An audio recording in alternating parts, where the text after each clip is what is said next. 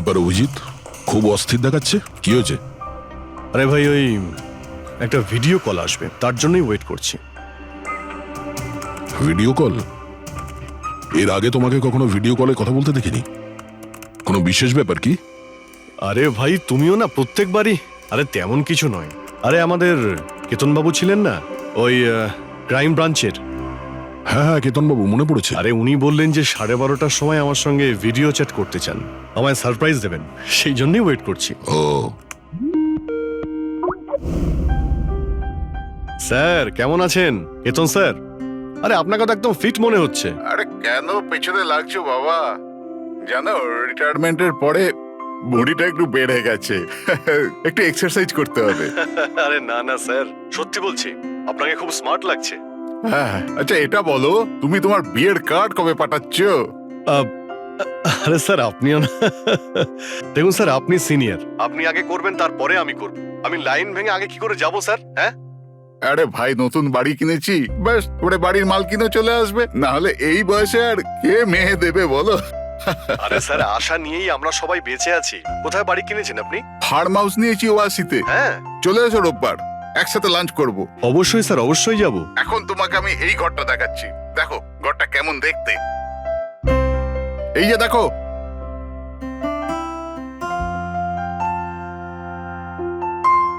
এবার আমি তোমাকে দেখাবো আমার স্টাডি রুম।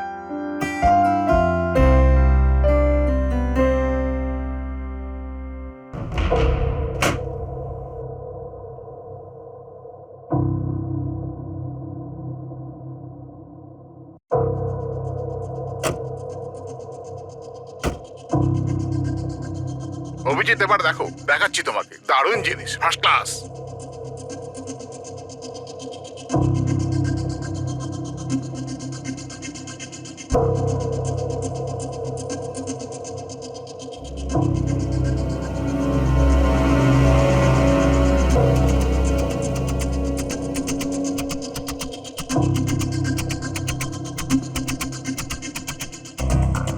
দেখলে অভিজিৎ, এটা হলো আমার স্টাডি রুম। স্যার খুব ভালো হয়েছে, খুব ভালো।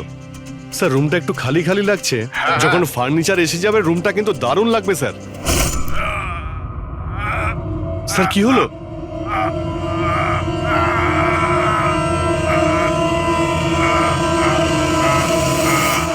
ও নো স্যার! কি আরে হয়েছে? ভাই, স্যারকে কেউ ছুরি মেরে দিয়েছে। ছুরি মেরে দিয়েছে? কোথায়? কে মেরেছে ছুরি? বুঝতে পারছি না। কিন্তু তুমি তো ভিডিও চ্যাট করছিলে ওর সাথে, না? হ্যাঁ করছিলাম, কিন্তু হঠাৎ করে এই ছুরি কোথা থেকে এলো আর কিভাবে ওনার লাগলো কিছুই বুঝতে পারলাম না। কি?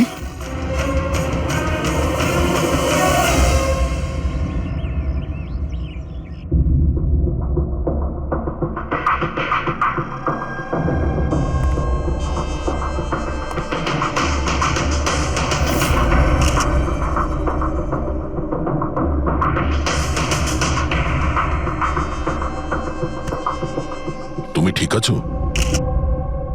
হ্যাঁ ভাই, বুঝতে পারছি না এসব কি করে হয়ে গেল। স্যার স্যার কেতন স্যার তো 100 জনেরও বেশি আসামিকে জেলে পৌঁছেছেন। হতে পারে ওদের মধ্যেই কোনো একজন আসামি এই সব করেছে। হ্যাঁ, কিন্তু কিভাবে, কখন? কেতন স্যার আমার সঙ্গে কথা বলছিলেন, এইখানে বসেছিলেন, ওনার পিছনে কেউ ছিল না। তাহলে হঠাৎই ছুরিটা কে মারলো আর কিভাবে মারলো? তুমি একদম শিওর যে ঘরের মধ্যে আগে থেকে কেউ ঢুকে বসেছিল না? আরে না ভাই, কেতন স্যার ভিডিও চ্যাটে উনি পুরো রুমটা দেখাচ্ছিলেন, আমরা কথা বলছিলাম, আর রুমটা দেখো, এখানে কোনো জায়গাই নেই, সবকিছু তো খোলা, কেউ কোথায় কিভাবে লুকোতে পারে? তুমি বলেছ যে তোমার সামনেই কেতনবাবু দরজা খুলে ভেতরে এসেছেন। হ্যাঁ, উনি এই দরজাটা খুললেন, ভিতরে ঢুকলেন, আর উনি দরজাটা বন্ধও করেছিলেন। তাহলে তো পরিষ্কার ব্যাপার, খুনি এই ঘরের মধ্যে আগে থেকেই ছিল, পরে আসেনি। আর সেটাই তো ভাই আমি দেখতে পেলাম না কেন? আরে আমার কথা ছাড়ো, ইনি কেন দেখতে পেলেন না? স্যার, এই রুমটাতে আসার আর কোনো রাস্তা নেই, এই দরজাটা ছাড়া। জানলা টানলা কিছুই নেই। পুরবি, এই রুমটা আবার ভালো করে চেক করো।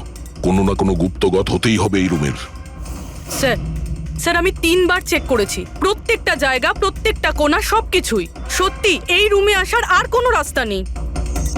কোনো না কোনো গুপ্ত রাস্তা তো হবেই এই রুমের। কিছু গন্ডগোল আছে এখানে, না হলে এটা সম্ভব নয় যে অভিজিৎ ওই খুনিকে দেখতে পায়নি। এই কেতনবাবু এখানে একাই থাকতেন না? হ্যাঁ, একাই থাকতেন। এখানে কেয়ারটেকার থাকতো। তাহলে এটা জানতে হবে যে কে কে ওনার সঙ্গে দেখা করতে আসতো, আর কে কে জানতো কেতনবাবুর এই নতুন বাড়ির ব্যাপারে। ইয়া, পঙ্কজ স্যার। এই কেয়ারটেকারকে ডেকেছো তুমি? হ্যাঁ স্যার, কথা হয়েছে, আসছে। ফ্রেডি, প্রত্যেকটা ফিঙ্গারপ্রিন্ট নেবে, একটাও যেন বাদ না যায়। হ্যাঁ স্যার, প্রতিটা কোণের ফিঙ্গারপ্রিন্টস তুলে আনবো স্যার। স্যার, আমি তো দুদিনের ছুটিতে গেছিলাম। আমি কি করে জানবো যে এরকম এত বড় একটা ঘটনা ঘটে যাবে? তুমি ছাড়া এখানে আর কে কে আসতো? কেতন স্যার আর কার্পেন্টার, কতজন কার্পেন্টার ছিল? 3টে। আর কতদিন ধরে কাজ করছিল? প্রায় 1 মাস ধরে। 1 মাস ধরে? তার মানে ঘরের কোনা কোনা ওরা জানতো। এই কার্পেন্টার কেতনবাবু কোথা থেকে এনেছিলেন? ওনার পরিচিত ছিল নাকি কেউ পাঠিয়েছিল? না স্যার, ওরা কেতন স্যারের জানাশোনা লোক ছিল, কারণ ওরা কেতন স্যারের আগের বাড়িতেও কার্পেন্টারের কাজ করেছে। তুমি শিওর যে আর কেউ আসেনি? না স্যার। হ্যাঁ, মনে পড়েছে স্যার, 2জন অচেনা লোক এসেছিল। একজন কোনো এক ইন্টারনেট কোম্পানি থেকে এসেছিল, আর দ্বিতীয়জন ওয়াটার পাইপলাইন চেক করতে এসেছিল। ওরা পুরো বাড়ি ঘুরে দেখেছিল।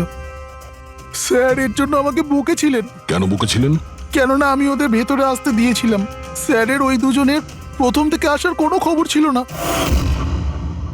আর স্যার ইন্টারনেট কানেকশনের জন্য কাউকে কিছুই বলেনি। আর এটা কবেকার ঘটনা? এটাই 2-3 সপ্তাহ আগের কথা।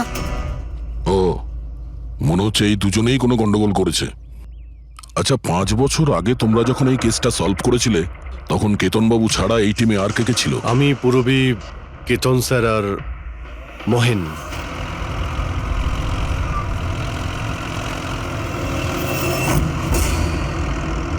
ওই মহিলার প্রাণের ঝুঁকি আছে, আর ওইখানে আশেপাশেই আছে। হ্যাঁ স্যার, তাড়াতাড়ি পৌঁছে যাব।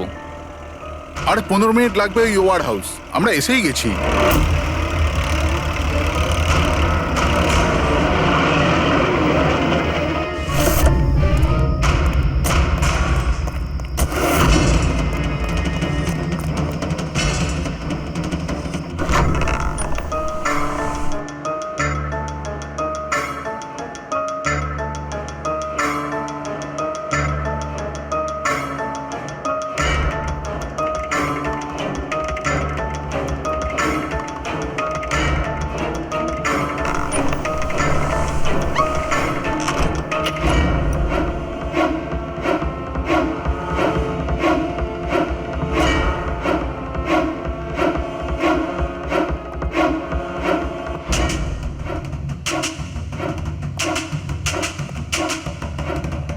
স্যার, এখানে তো কোনো মহিলাকে দেখতে পাচ্ছি না, আর ওই অপরাধীও নেই।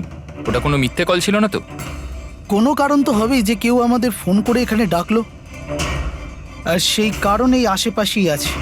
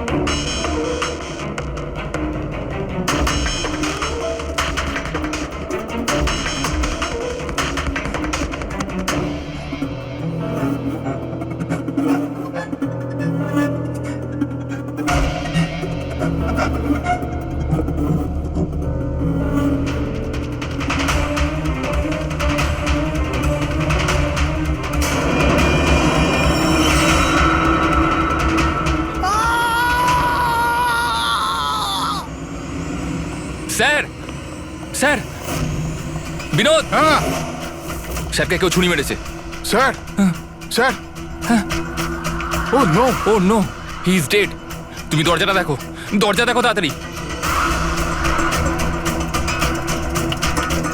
আরে দরজা তো ভেতর থেকে বন্ধ, তার মানে খুনি ঘরের ভেতরেই কোথাও আছে। ওদিকে দেখো, তুমি ভেতরটা দেখো, হ্যাঁ, তাড়াতাড়ি যাও। দেখছি।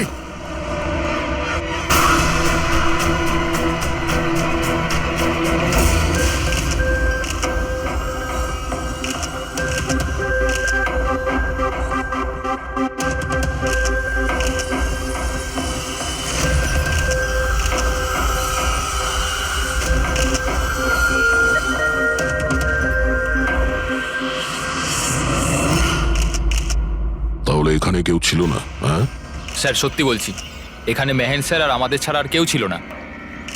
বুঝতেই পারছি না যে খুনটা করলো কি। আচ্ছা আপনারা এখানে এসেছিলেন কেন? স্যার একজন মহিলা ফোন করেছিলেন যে ওনার প্রাণ বিপদে আছে, ওনাকে বাঁচাতেই আমরা এখানে এসেছিলাম। কিন্তু এখানে তো কোনো মহিলা ছিলই না, আর ফোনটাও একটা প্রাইভেট নম্বর থেকে করা হয়েছিল। আচ্ছা, এগুলো একটা ষড়যন্ত্র, প্ল্যান করে করা ষড়যন্ত্র। স্যার, এই যে এখানকার ওয়াচম্যান স্যার। তুমি গোডাউন কটায় বন্ধ করেছিলে? স্যার রাত 10টার সময়। সেই সময় এখানে কেউ ছিল? না স্যার, ভালো করে চেক করেছিলাম, কেউ ছিল না। আপনারা এই রুমের দরজাটা খোলা রাখেননি তো ভেতরে আসার পরে? না, ভেতরে ঢুকতেই আমরা সবার আগে দরজাটা ভেতর থেকে বন্ধ করে দিয়েছিলাম। স্যার খুন হওয়ার পরেও আমরা দরজা চেক করেছিলাম, ভেতর থেকে বন্ধই ছিল। খুনি আগে থেকেই ভিতরে ছিল, কেতন স্যারের বাড়ির মতো। একটাই দরজা যেটা বন্ধ ছিল, আর কোনো জানালা নেই। তাহলে খুনি গেল কোথায়? স্যার আবারও একজন এমন অফিসারের খুন হয়েছে যাকে আমরা চিনি। আমার মনে হচ্ছে খুনিকে আমি চিনি। অভিজিৎ, তুমি কি করে খুনিকে চিনবে? তুমি তো দেখোইনি খুনিকে বার। বুঝে গেছি স্যার, আপনি কার দিকে ইঙ্গিত করছেন।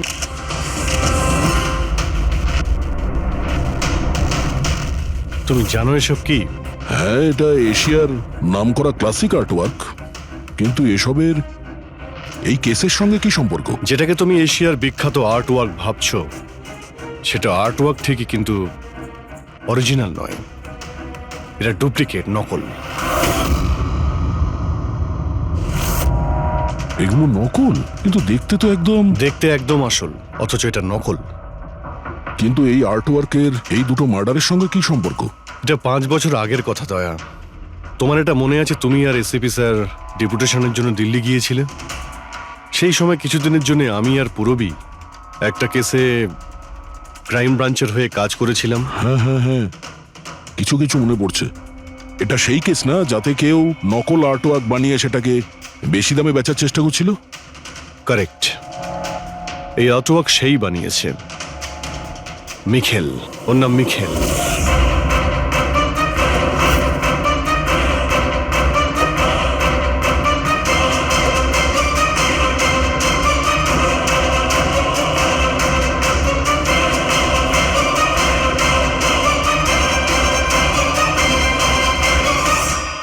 এমনটা নয় যে ওর প্রতিভা বাকি শিল্পীদের থেকে অনেক কম ছিল, তবে সত্যি কথা বলতে ও ওদের থেকে অনেক বেশি ট্যালেন্টেড ছিল। আর সেই জন্যই হয়তো ও একদিন ভেবেছিল যে অরিজিনাল পেন্টিং তো সবাই বানাতে পারে, কিন্তু অরিজিনালের মতো সেম কপি বানানো সবার পক্ষে সম্ভব নয়। আর এই কাজে এত টাকা ছিল যে ওর আসল পেন্টিং বানানোর কোনোদিনও প্রয়োজনই হয়নি।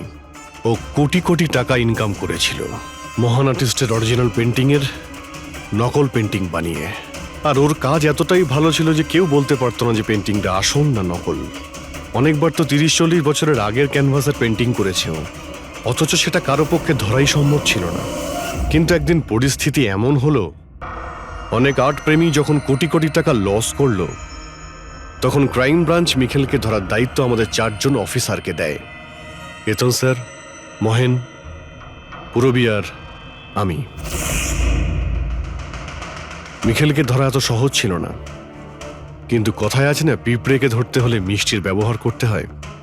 আর এই পিঁপড়ের মিষ্টি ছিল ওর পুরনো ক্যানভাস আর সেই কেমিক্যাল যেগুলো ও ব্যবহার করত 200 থেকে 250 বছরের পুরনো পেন্টিং তৈরি করতে। আমরা সমস্ত আর্ট গ্যালারি আর দোকানে নজর রাখতে শুরু করে দিই যেখানে এইসব জিনিস পাওয়া যেত।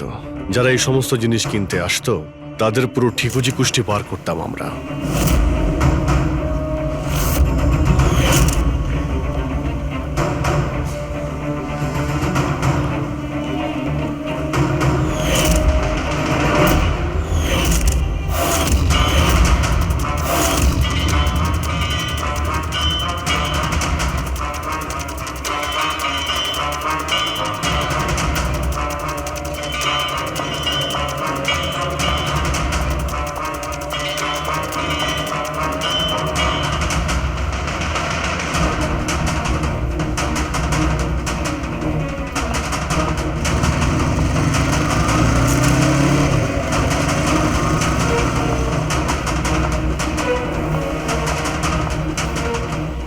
এই যতগুলো ছবি পাঠাচ্ছি প্রত্যেকের ডিটেলস আমার লাগবে।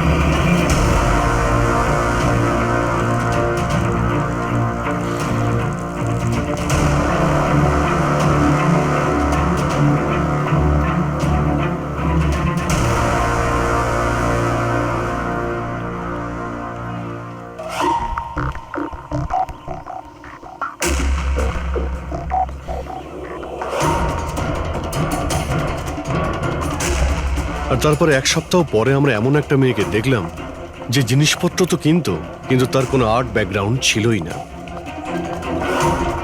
নিশ্চয়ই কোনো গন্ডগোল আছে স্যার। এই মেয়েটা ব্যাংকে কাজ করে, এর এই জিনিসগুলো কেন প্রয়োজন পড়ে, তাও আবার প্রত্যেক দ্বিতীয় দিন? হ্যাঁ স্যার, এই মেয়েটার প্রবলেম তো আছে মনে হচ্ছে।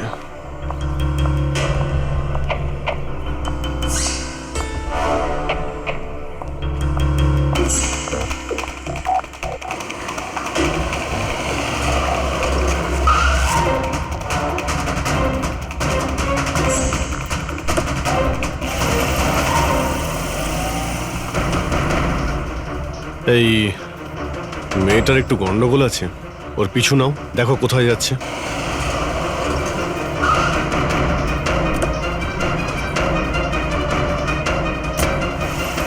স্যার আমি ওকে 3 দিন ধরে ফলো করেছি, কিন্তু কিছু জানতে পারিনি। কারণ ও এই সমস্ত জিনিস নিয়ে ওর বাড়ি চলে যেত, কিন্তু 4র্থ দিন ও অন্য কোথাও গেল।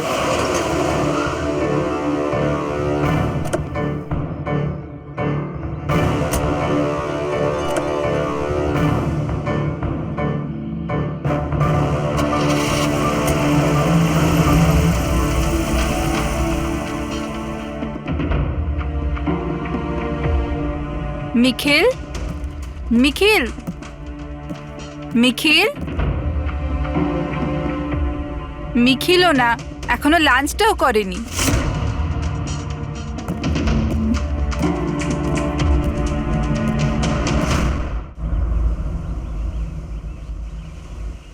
এখনো লাঞ্চও করনি? এত কি কাজে ব্যস্ত থাকো যে খাওয়ার টাইম থাকে না? তোমায় দেখলেই তো আমার পেট ভরে যায়। জানো, বেবিকে মাখন লাগানোর না, এটা অনেক পুরনো আইডিয়া। মাখন নয়, সত্যি বলছি, তোমার মতো ভালোবাসতে পারে এমন জীবনসাথী কোথায় পাবো আমি, যে আমার জন্য নিজেকেও বিপদে ফেলতে পারে। আমি তো তোমার জন্য নিজের জীবনটাও দিতে। খবরদার, এরকম কথা যদি আরেকবার তুমি বলেছ, যদি তোমার কিছু হয়ে যায় না, আমি এই দুনিয়াটাকে আগুন লাগিয়ে দেবো। এত ভালোবাসো আমায়? নিজের থেকেও বেশি। যদি আমি কিছু চাই, তুমি আমায় দেবে? আমি জানি তুমি আমার থেকে কি চাইবে, যে আমি কেন সবকিছু ছেড়ে দিচ্ছি না। জানোই যখন তাহলে তুমি কেন ছেড়ে দাও না?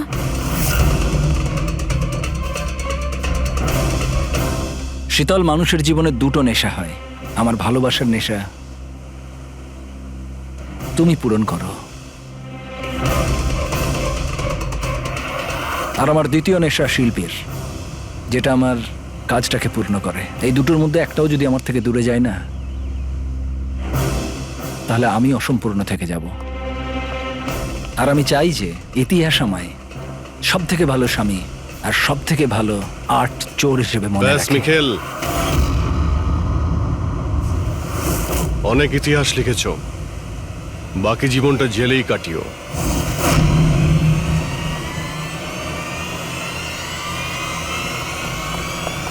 Mikheil,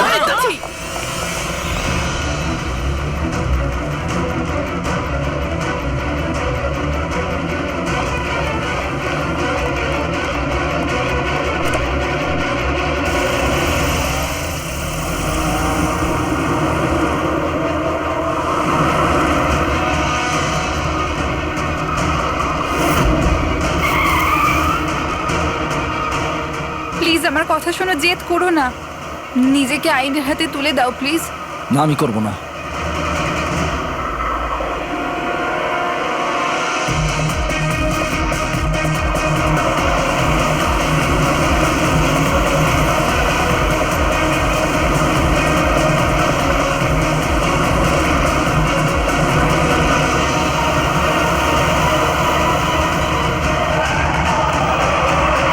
Nikhil!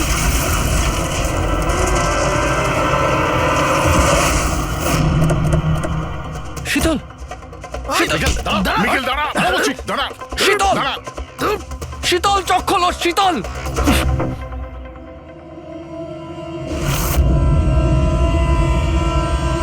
She is dead sir. তোমাদের জন্য আমার শীতল আমাকে ছেড়ে চলে গেল।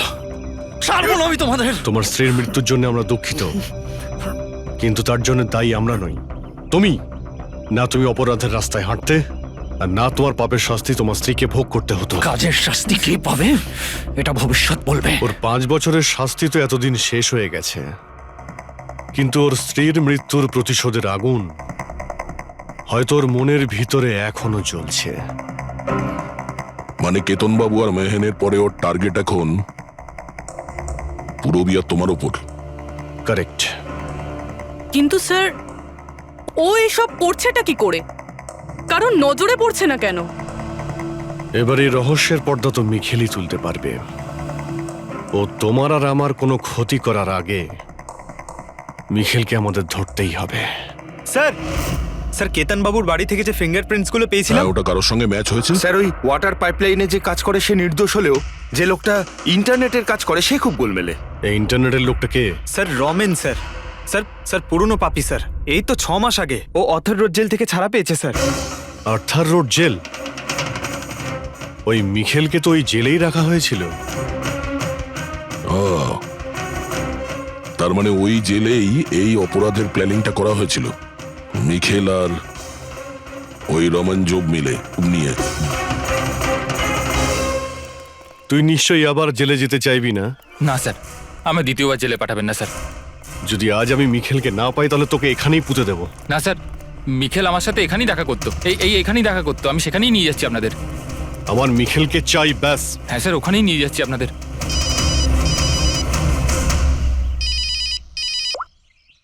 হ্যাঁ শান্তি। কি? বাবা শরীর খারাপ করছে? কিন্তু এরকম হঠাৎ? আমি তো কেসের ইনভেস্টিগেশন করতে এসেছি। কি হয়েছে? স্যার ওই বাবা একটু অসুস্থ হয়ে পড়েছে। ওই শান্তি নার্স যে আমার বাবার দেখাশোনা করে, সেই ফোন করেছিল। ঠিক আছে, তুমি যাও, আমরা দেখে নিচ্ছি। কিন্তু স্যার। যাও, আর কোনো প্রয়োজন পড়লে ফোন করবে।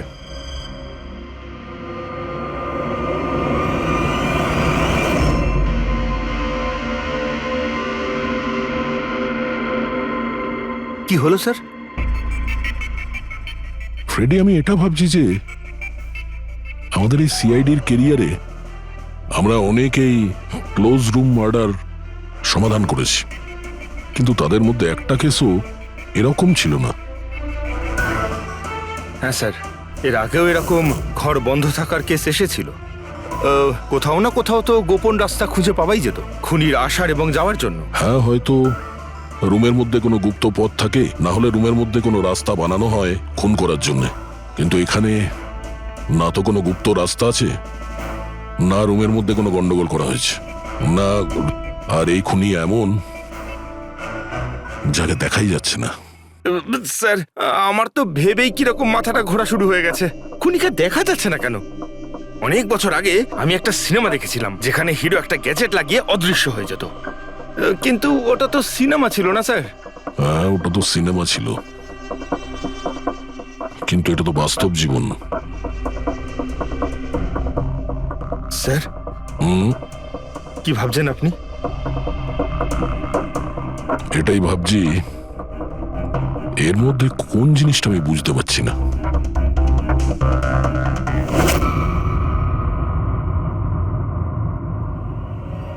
ও মাই গড, তার মানে এই ব্যাপার।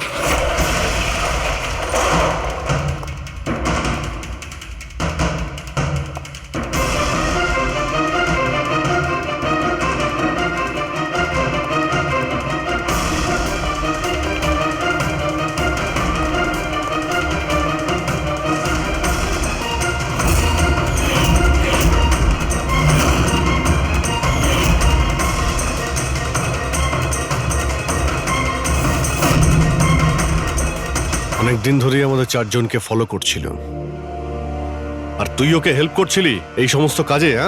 হ্যাঁ স্যার।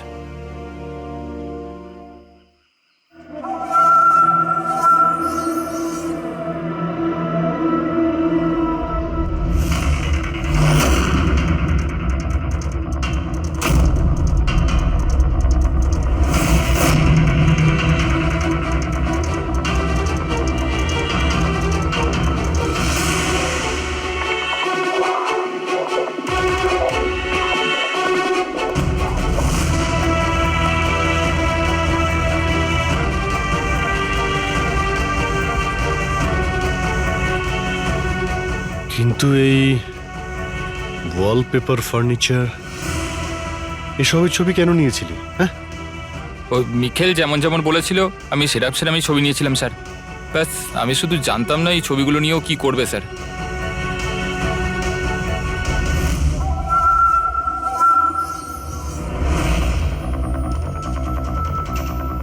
তাহলে কি এই ছবির মধ্যেই লুকিয়ে রয়েছে খুনের রহস্য?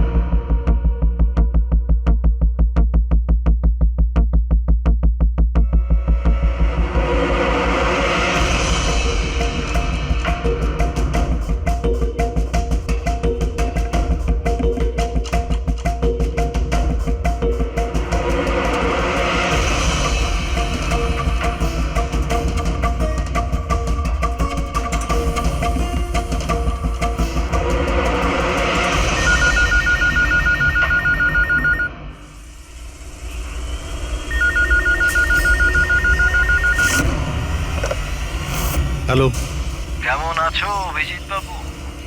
মিখেল, ব্যাপার, এতদিন পরেও তুমি আমার গলার আওয়াজ ভুলোনি। এমনিতে আমি জানতাম যে তুমি আমার বাড়ি পর্যন্ত নিশ্চয়ই পৌঁছবে। ইন্টেলিজেন্ট তুমি, কিন্তু সরি, তোমাকে স্বাগত জানাতে আমি বাড়িতে ছিলাম না। তোকে স্বাগত তো জানাবে সিআইডি, যখন আমরা তোকে আরেকবার ধরে জেলে নিয়ে যাব।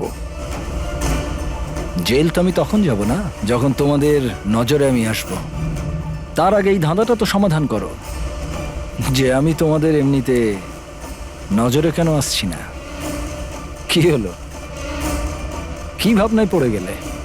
হ্যাঁ, আমি জানি তুমি ইন্টেলিজেন্ট, কিন্তু এতটাও ইন্টেলিজেন্ট নও যে এই কেসটাকে সমাধান করো। কেসটা তো তোমার আর পুরবীর মৃত্যু দিয়েই শেষ হবে। মিখেল, রাগ নয় অভিজিৎ বাবু, রাগ করে কেন নিজের বিপি বাড়াচ্ছ? চলো একটা ছোট্ট তোমায় হিন্ট দিয়ে দিই। আমায় তুমি সেখানেই দেখতে পাবে যেখানে এই গল্পের শুরু হয়েছিল, যেখানে শীতলকে তুমি আমার থেকে ছিনিয়ে নিয়েছিলে। পুরবি মারা যাওয়ার আগে তো নিশ্চয়ই পৌঁছতে পারবে। মিখেল, মিখেল, হ্যালো পঙ্কজ, তুমি এক্ষুনি পুরবীকে ফোন করো, ওকে বলো বাড়িতে থাকতে, বাইরে বের না হতে। ও কি হলো স্যার? আচ্ছা, আমি যেটা ভাবছি সেটা যদি ঠিক হয় তাহলে জানা যাবে যে খুনি এগুলো কিভাবে করলো। কিভাবে? আশ্চর্য তো, বাবা তো পুরোপুরি সুস্থ আছে, তাহলে তাহলে শান্তি ফোন করে আমাকে ডাকলো কেন? আর নিজেও তো বাড়িতে নেই। ফোন করলাম, ফোনটাও ধরছে না।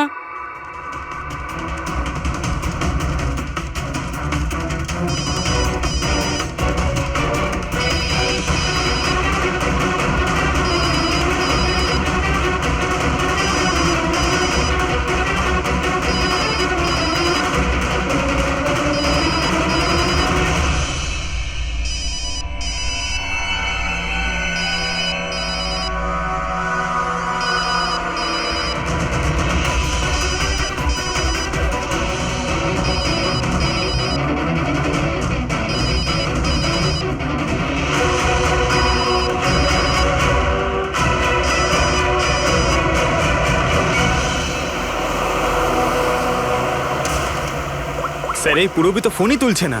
কি ফোন তুলছে না? কোনো প্রবলেম নেই তো? স্যার মিখেল ওর কাছে পৌঁছে যায়নি তো? হতে পারে ওই যে ফোনটা এসেছিল ওর বাড়ি থেকে ওর বাবার শরীর খারাপের ব্যাপারে, হতে পারে ফোনটা মিখেলই করেছিল। স্যার পুরবির কিছু হবে না তো? আশা করছি আমরা সময় মতো পৌঁছে যাব। যদি পুরবীর কিছু হয় তাহলে না,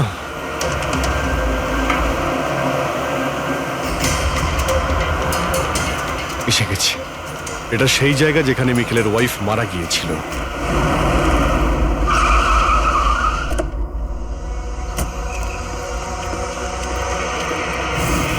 পুরবী!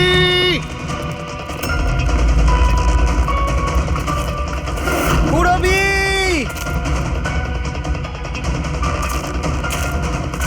পুরবী! পুরবি! ওই দিকটা দেখো। পুরবি! পুরবি!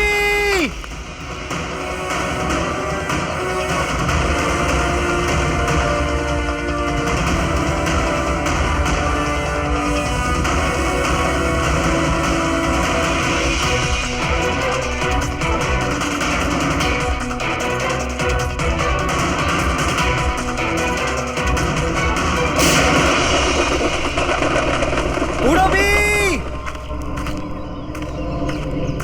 পুরবি!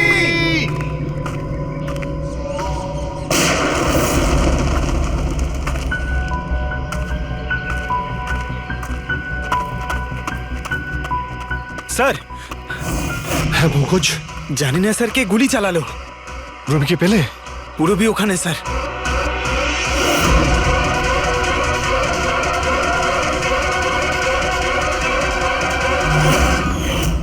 ও নো! পঙ্কজ, অ্যালার্ট থাকবে। আমাকে কভার করো, আমি যাচ্ছি পুরবীর কাছে।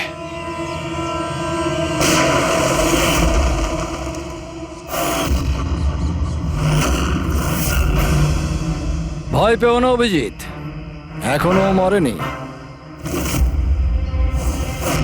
কিন্তু যদি ওর কাছে যাওয়ার চেষ্টা করো তাহলে আমার আঙুল ট্রিগারের ওপর আছে, আর গুলিটা তো তোমার থেকে তাড়াতাড়ি পৌঁছবে। মিখেল, গুলি চালিও না। দেখো, তুমি প্রতিশোধ নিতে চাও তো? দেখো আমি এসে গেছি, তুমি পুরবীকে যেতে দাও। খবরদার, কোনো চালাকি নয় অভিজিৎ, কারণ তুমি আমাকে দেখতে পাবে না, কিন্তু আমি তোমায় ভালো করে দেখতে পাবো।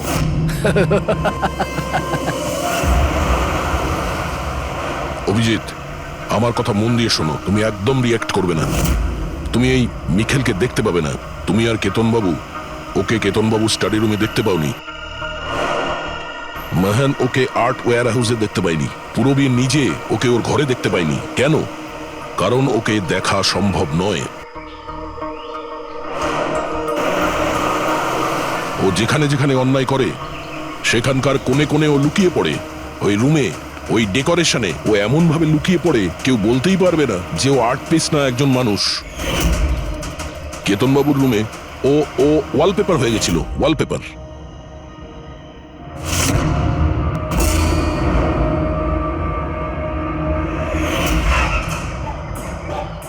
আর মেহানের ওই ওয়্যার হাউসে ও ও পোর্ট্রেট হয়ে গেছিল।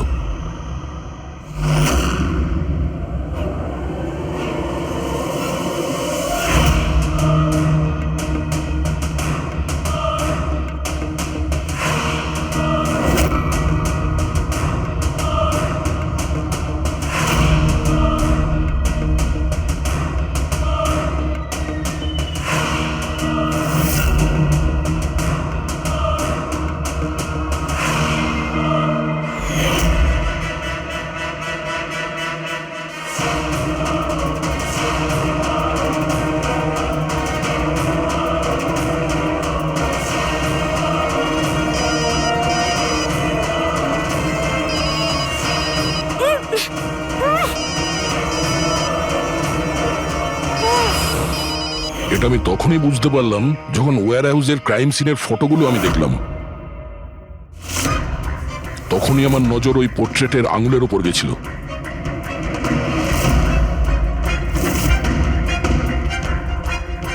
ও পোর্ট্রেট ছিল না, ওই মিখেল ছিল, মিখেল। ওকে দয়া, পঙ্কজ সাবধানে, পঙ্কজ সাবধানে, জঙ্গলে লুকিয়ে আছে। পঙ্কজ, তুমি এখানেই থাকো, রবির দিকে নজর রাখবে। মিখেল, আমরা কিছুই করব না, আমরা এখান থেকে চলে যাচ্ছি। তবে তুমি রবিকে ছেড়ে দাও প্লিজ।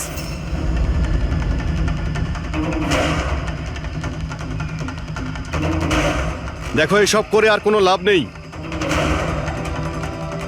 আমি এখানে এসে গেছি, তুমি তুমি বলো কোথায় যেতে হবে, আমি চলে যাচ্ছি। বাস, আগে এগোবে না অভিজিৎ, আমার সাথে গেম খেলা বন্ধ করো। ঠিক আছে, ঠিক আছে, গুলি চালিয়ে কোনো লাভ নেই, আমরা এখান থেকে চলে যাচ্ছি। কিন্তু তুমি তুমি কি চাও মিখেল? যা কিছু হয়েছিল সেটা সেটা তো হয়ে গেছে, কিন্তু এসব করে তুমি কি পাবে? হ্যাঁ,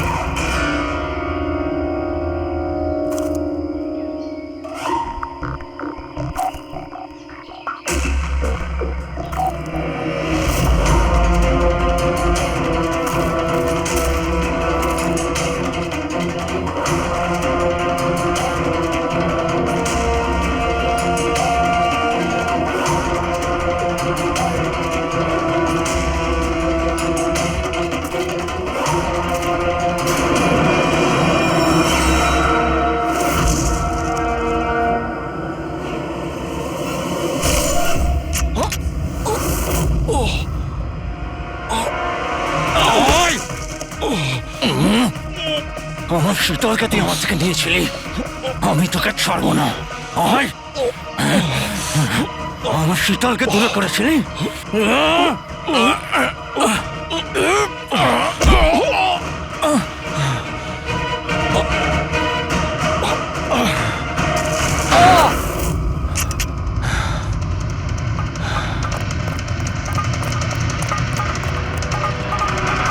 রবি তুমি ঠিক আছো তো? তোর আসল জায়গা জেলে, আর এইবার তুই বাইরে আসবি না, সোজা ফাঁসিতে ঝুলবি। আমার বউয়ের জ্বলন্ত চিতা দেখে আমি শপথ নিয়েছিলাম যে যতক্ষণ না তোমাদের চারজনকে আমি শ্মশানে পাঠাবো, না বেঁচে থাকবো না মরবো। দুজন তো গেল, এখন তোমরা দুজন বেঁচে। তোমাদের আইনকে বলো যেন শক্ত থেকে শক্ত জেল বানায়, কারণ এবার কোনো জেলই তোমাকে আমার থেকে বাঁচাতে পারবে না। ঠিক আছে, চলো নিয়ে যাও একে। চল চল।